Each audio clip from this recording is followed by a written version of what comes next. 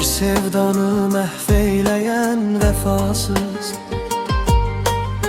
ağladığın o gün gələ ağlarsan, mənsizliyin məngənə tək həyatda sıxar səni bağrın bələr ağlarsan.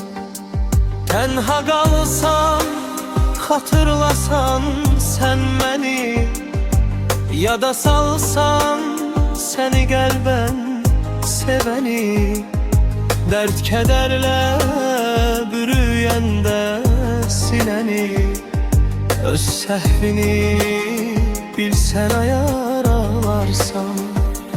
Nə vaxt qəlbin sızıldadı, ağladı, nə vaxt könlün sevgi ilə çağladı, nə vaxt hicran ürəyini haqladı.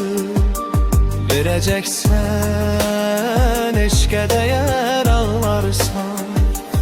Ayrılığın şərbətini dadanda, bu həsrətin möhnətini dadanda, gücün təkcə göz yaşına çatanda, onda könlün sənə dəyər ağlarsan.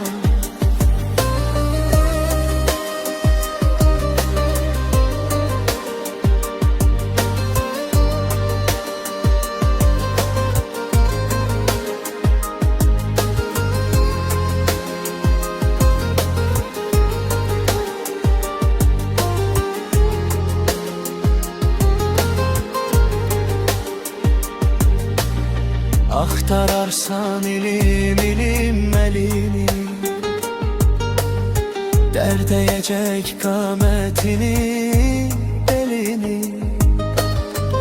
Unutqanlıq qısa edər dilini, qəlbin sənin başına döyər, ağlarsan. Nə vaxt qəlbin sızıldadı, ağladı, nə vaxt könlün sevgi ilə çağladı, nə vaxt hicran ürəyini haqladı. Verəcəksən eşqə dəyər ağlarsan. Nə vaxt qəlbin sızıldadı, ağladı, nə vaxt könlün sevgi ilə çağladı, nə vaxt hicran ürəyini haqladı. Verəcəksən eşqə dəyər